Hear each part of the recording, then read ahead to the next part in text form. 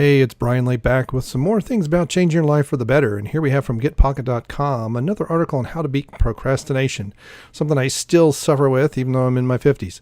So procrastination comes in many disguises. You might resolve to tackle a task but find endless reasons to defer it. Yep. Might prioritize things that are readily tick off our to-do list, answering emails, say, while leaving the big complex. Eat the frog first. You can look and feel busy while artfully avoiding the task. Boy, I'm a master at that. It's amazing to me, and I see this in other people too, but I'm going to speak about myself, how often I work really hard at not working, as opposed to just doing the task. I would have been done sometimes by piddle fart so long. Problem is our brains are programmed to procrastinate. Generally, we all tend to struggle with tasks that promise future upside in return for efforts we take now. That's because it's easier for our brains to process concrete rather than abstract things. And the immediate hassle is very tangible compared with those unknown. My problem is these things not ever materializing. And that just reinforces the procrastination. Even when I have strong belief that I can make something better or do something different, if I don't see any positive results soon, it gets harder and harder and harder to keep going. I'm one of those, the best way to do is a lot of effort and then cruise. And I want to cruise too soon. That's part of my problem. So the short-term effort easily dominates the long-term upside in our minds. An example of something that behavioral scientists call present bias. How can you become less myopic about your elusive tasks? And I know people that are just the opposite, man. I mean, they put a ton of energy to something and bam, I mean, it just works for them. Everything they touch is gold. It's about rebalancing the cost benefit analysis, make the benefits of action feel bigger and the cost of action feel smaller. That is a big thing. It's amazing how much time I'll piddle fart away an hour for something that should take me 10 minutes.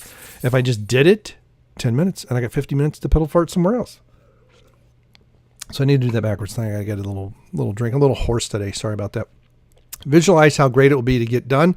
I have a problem with this. I visualize way too much, and this actually helps the procrastination in my mind, for me. Researchers have discovered that people are more likely to save for the future retirement if they're shown digitally aged photos of themselves. Why? Because it makes their future. See now, okay, so visualize, not dream. So this is where a vision board. So instead of thinking about the stuff you want, collect pictures of it and put it up there and then look at it. That way you don't waste energy daydreaming about what you want. You want it defined. You say, hey, I want this car, I want this house, I want land, I want this, I want that, I want a vacation here, I want to do that. Put it on a board. I didn't do that a few years ago, and I waited, procrastinated doing that, and it screwed up a lot of energy for me. So if you're avoiding an email and then putting it off, give your brain a helping hand by imagining the virtuous sense of satisfaction you've once done before. Okay. Pre-commit publicly. Telling people that you're going to get something done can be powerful. This doesn't help me at all.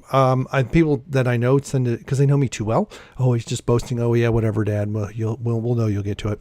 They expect even strangers. Most of us don't want to look foolish or lazy to other people. Yeah, unfortunately I do. I don't want to, but I don't mind. Especially foolish, not lazy, not foolish. So by daring, say, send this report by the end of the day. Okay, there we go. Confront the downside of inaction. Research has found that we're strangely adverse to properly evaluating the status quo. While we might weigh the pros and cons of doing something new, we far less often consider the pros and cons of not doing that thing. Yeah, this is something I've tried with my daughter. Okay, what happens if you don't do that? Oh, I don't know. This is why she was high school pushout. Supposedly putting off the preparation we need to do for an upcoming meeting. We're tempted by more exciting tasks. We'll do it tomorrow. Yeah, infamous. I've been saying that for certain things for 5 years. So, but force yourself to think about the downside. And here's what I found when and I need to get back to this: 20 minutes on task, 5 minutes off. 20 minutes on task, 5 minutes off. Sometimes we're just daunted by identify the first step. We might want to learn French, how to do this, but can we slot that in an average afternoon? No, but you know what we can do? Learn how to say hello. Learn how to say hello. How are you? Isn't it a nice day? Things like that. You might want to say, okay, keep your goals small. Again, small and measurable. That's the smarter part of it. You want to have a time-based goal, and you want it to be measurable. That's the hardest thing. Trying to take an abstract thing like learning French and make a measurable goal. Do I know how to say hello? Bonjour, monsieur. Bonjour, madame. Comment vas-tu? Comment allez-vous? that kind of thing. Tie the first step to a treat. There we go. This works for dogs too. Make the cost of effort feel even smaller. Okay. So we're going forward to do something. In other words, tie the task that we're avoiding to something that we're not avoiding. For example, you might allow yourself to read lowbrow magazines or books when you're at the gym, because the guilty pleasure helps you dilute your brain's perception of short-term cost of exercising. I love to exercise. I do get lazy from time to time, but man, when I get going, the endorphins go. It's awesome. Likewise, you might muster the self-discipline to complete a slippery task. If you promise yourself, you'll see. Here's the problem: is I don't exercise. I train, and there's a bit difference, and your mindset's different. Don't exercise, train. And don't sit there and do cardio for 20 minutes or more. Boring. Make it exciting. Remove the hidden blockage. Sometimes find ourselves returning to a task repeatedly, still unwilling to take the first step. We hear a little voice in our head says, hey, good idea, but no. At this point, you need to ask that voice some questions to figure out what's exactly making it unappealing to, the question behind the question. Why can't I get this? Why don't I want to start? What is preventing me from starting? And what is, why does it exist? Require psychotherapy. Patients ask themselves a few why questions. Why do I feel it tough to do this? And see, and I did not read ahead. I did not read this article beforehand. Often the issue is that a perfectly noble competing commitment is undermining your motivation. For example, suppose you're finding it hard to stick to an early morning goal-setting routine. A few whys might highlight that the challenge stems from your equally strong desire to eat breakfast with your family.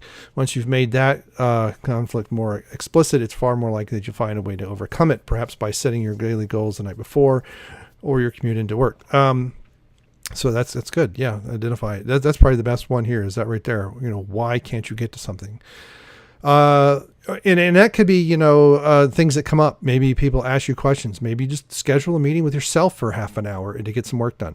So the next time you find yourself mystified by your inability to get important tasks done, be kind to yourself. Learn to say no. Recognize that your brain needs help if it's going to be less short-sighted.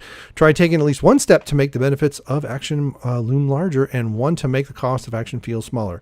You're languishing to do, and again, this is repeated. The more you repeat this, the better it'll get. Darren Harding. That is practical advice. I agree with that comment. Vision great, okay, because your brain, okay, blah, blah, blah. I don't know. Pre-commit publicly. Telling people that are going to get something done can be powerful. Amplify the appeal of actually taking action. Yep. Some good comments. I like this. Beating procrastination. I'll get to this article later. And there we go. So what do you think of this? I don't know who this is by. By Caroline Webb. It's over here off screen where you can't see it, to the left here. And I like this. I wish I had an upvote. Wait, can I share this? There's a save, but there's no, I don't see a Twitter or share on Twitter or anything like that. It's too bad. Maybe I can pin it to Pinterest under the life section that I have. All right. Thanks for stopping by and share this, and let's beat procrastination together. Declare something in the comments that you want to do this year. All right. Thank you very much. Goodbye. 3. Oh, wow. I'm a little powerful there. I think I'm popping my P's a little too much. All right. Yeah, we boosted the gain, and I'm really, does that sound better? Okay. 3, 2, 1.